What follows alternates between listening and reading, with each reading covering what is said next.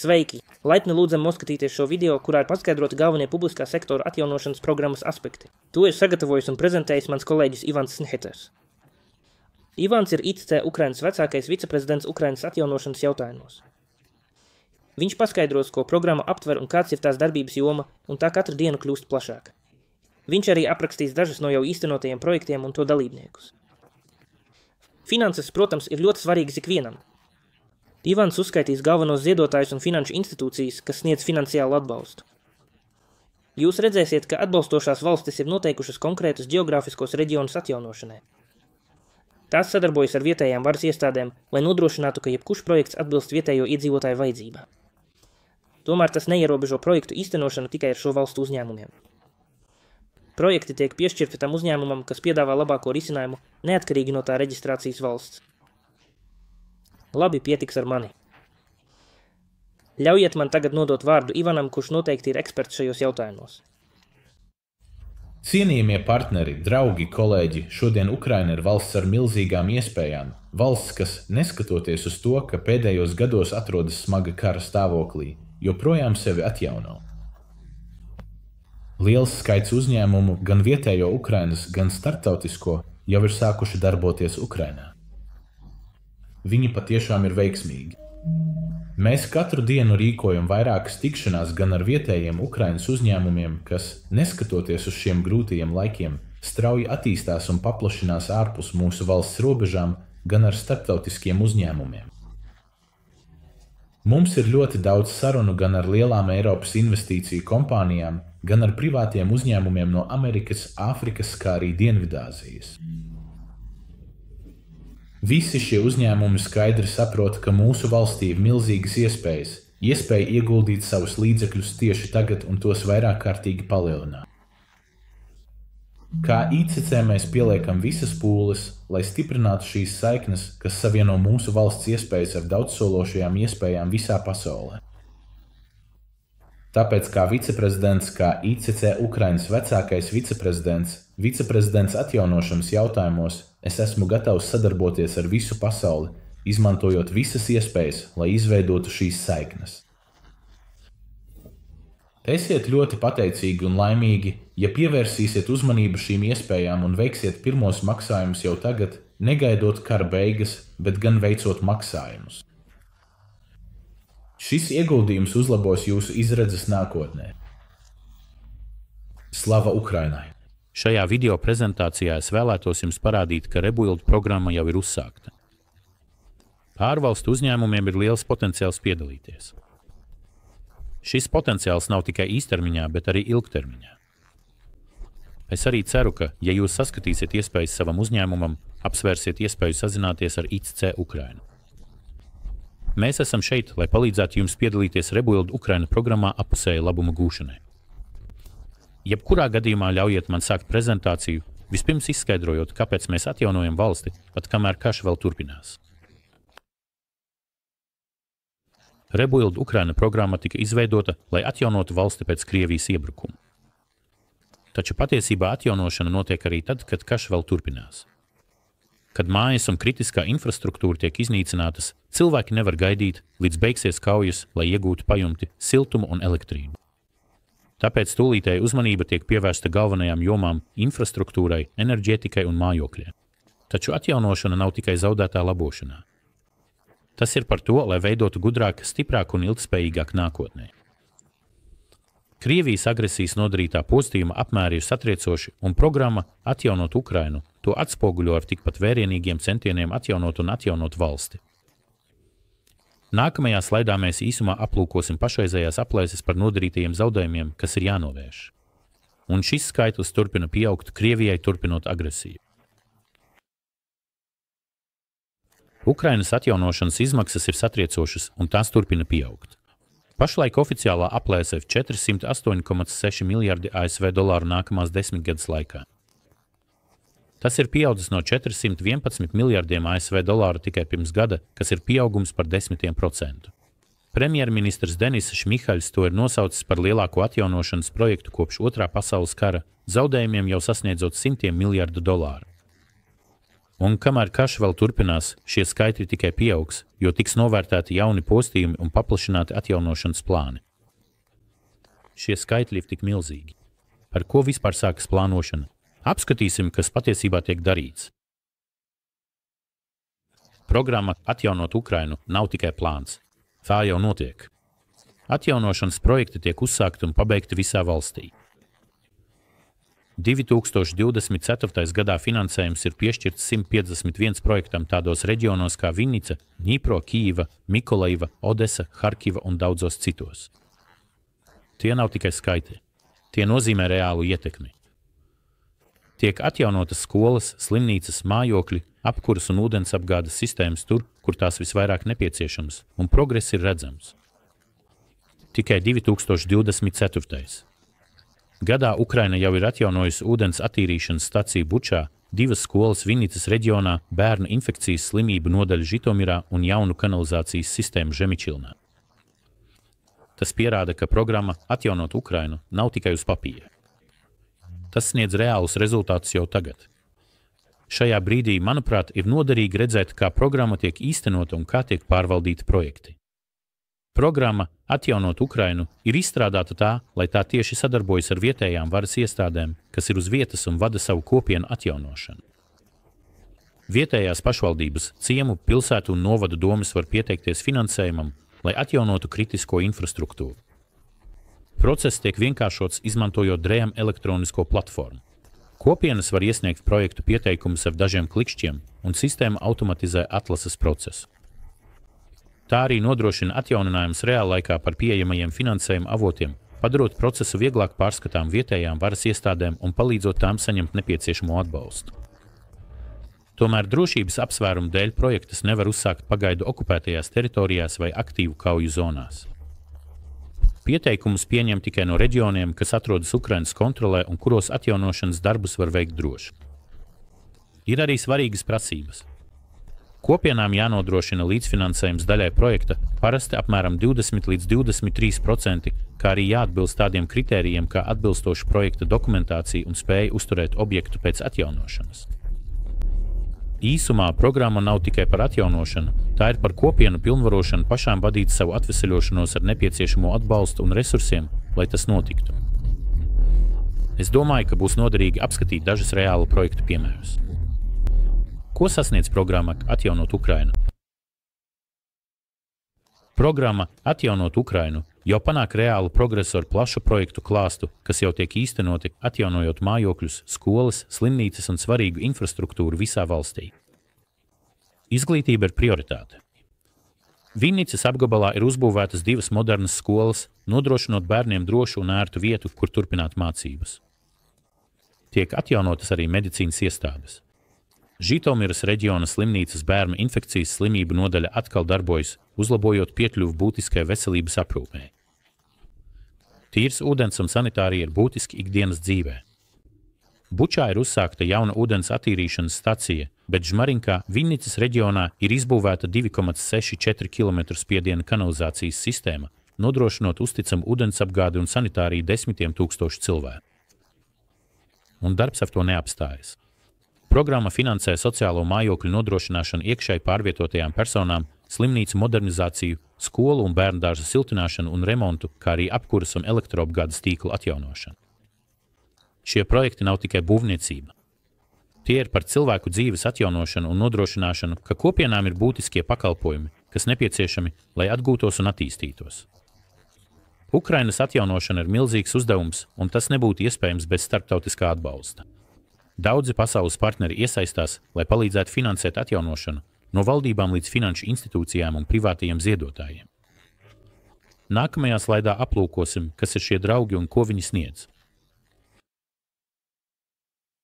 Šeit ir daži mūsu draugu saraksts. Eiropas Savienība ir viens no lielākajiem devējiem. Kopš pilna mēroga iebrukuma sākuma es un tās dalībvalstis ir sniegušas apmēram 50 miljardus eiro atbalsta, tostarp makrofinanciālo palīdzību, humāno palīdzību un atjaunošanas fondus.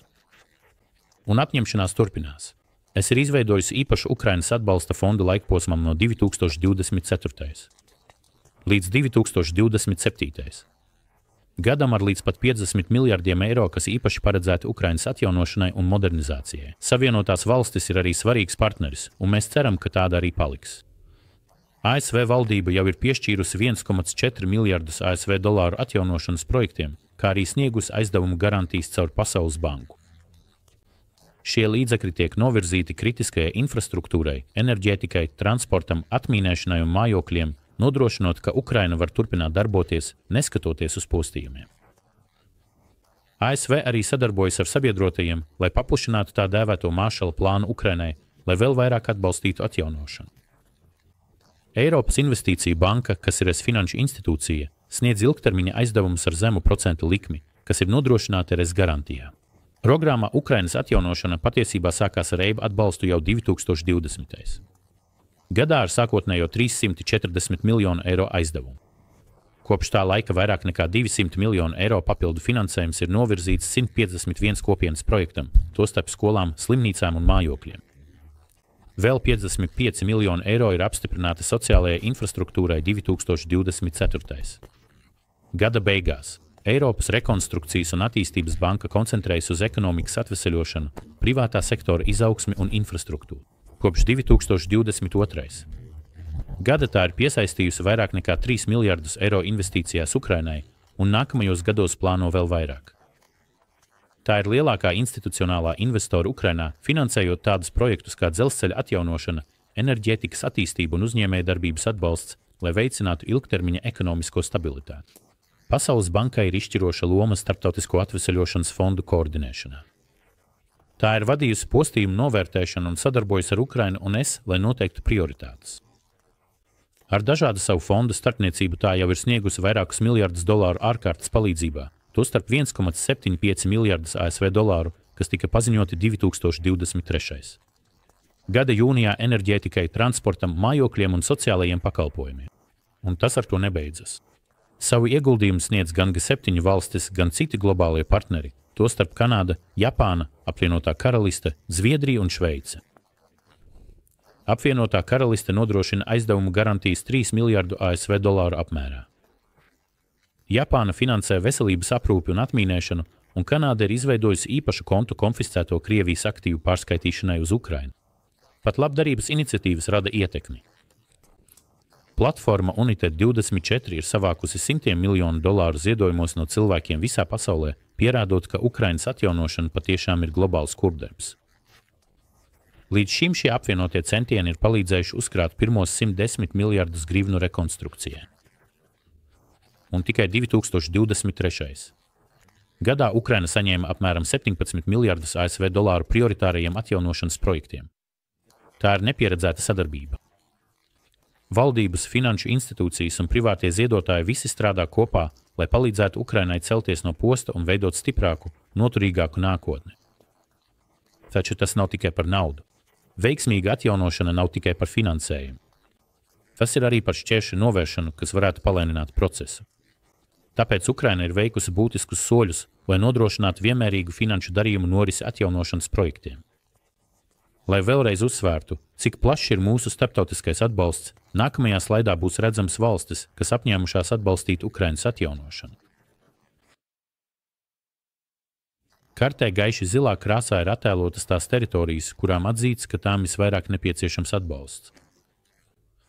Lai nodrošinātu koordinētu pieeju infrastruktūras projektiem, šīm valstīm ir piešķirtas konkrētas teritorijas.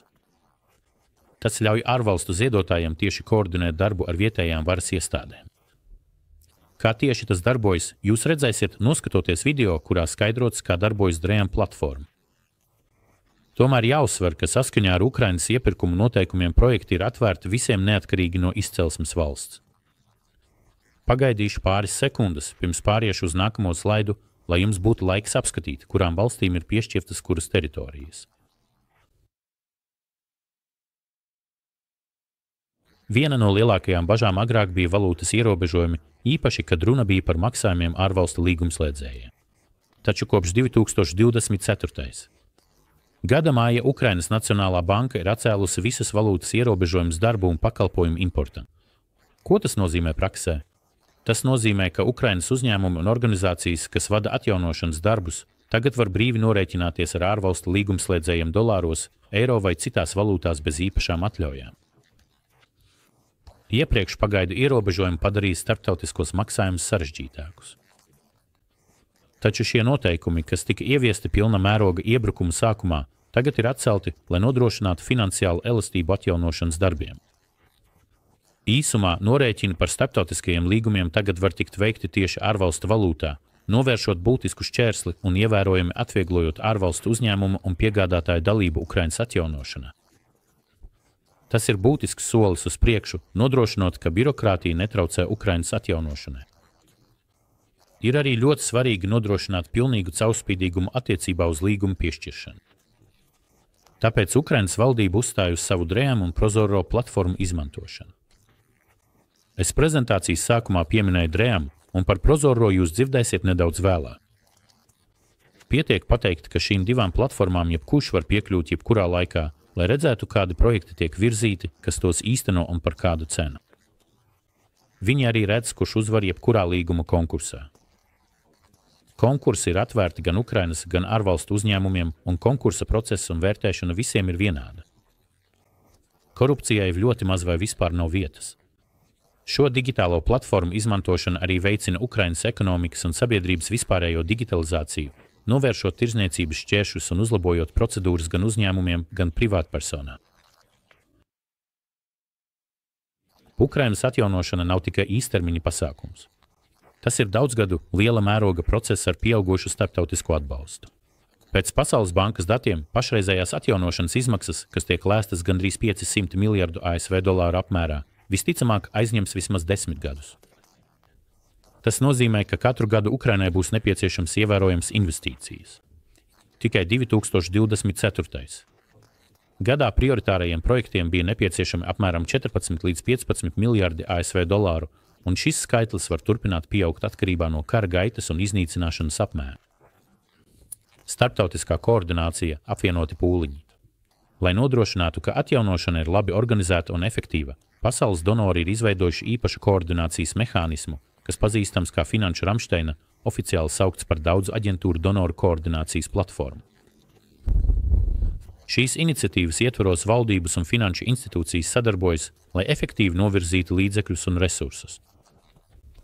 Tādās nozīmīgās starptautiskās konferencēs kā Lugano 2022, Londona 2023, Berlīna 2024 un Roma 2025 partnervalstis vienojas par finanšu saistībām un nepieciešamajām reformām, lai veicinātu Ukrainas atveseļošanos.